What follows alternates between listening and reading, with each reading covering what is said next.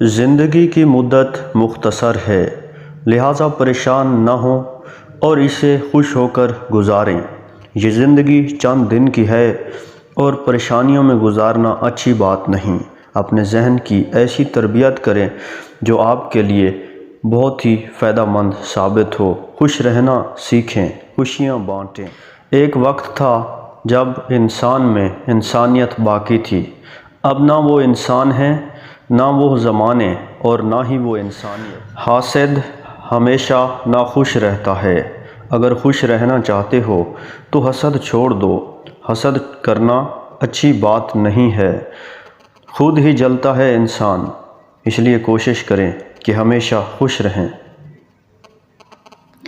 سادگی میں سکون ہے۔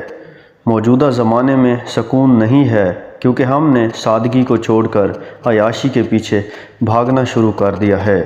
اگر ہم سکون چاہتے ہیں اور واقعی ہم سکون حاصل کرنا چاہتے ہیں تو ہمیں سادگی کے دامن کو پکڑنا ہوگا۔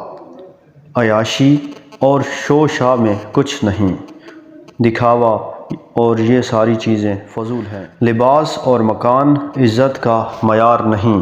اگر تم اچھا کما رہے ہو تو اچھا کھاؤ، لیکن اگر تمہارے ذرائع آمدن کم ہیں تو پھر تمہیں سادگی میں شرم محسوس نہیں ہونی چاہیے، کیونکہ سب سے معزز انسان حضرت محمد صلی اللہ علیہ وآلہ وسلم نے بھی سادگی کے دامن کو تھاما اور کبھی سادگی میں شرم محسوس نہیں کی۔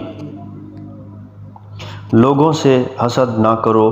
کیا تم اللہ کی تقسیم پر راضی نہیں؟ اللہ کی تقسیم پر جو شخص راضی ہو جاتا ہے تو وہ کبھی بھی کسی سے حسد نہیں کرتا۔ اپنا معیار ہمیشہ بلند رکھو، کبھی بھی پریشان نہ ہو۔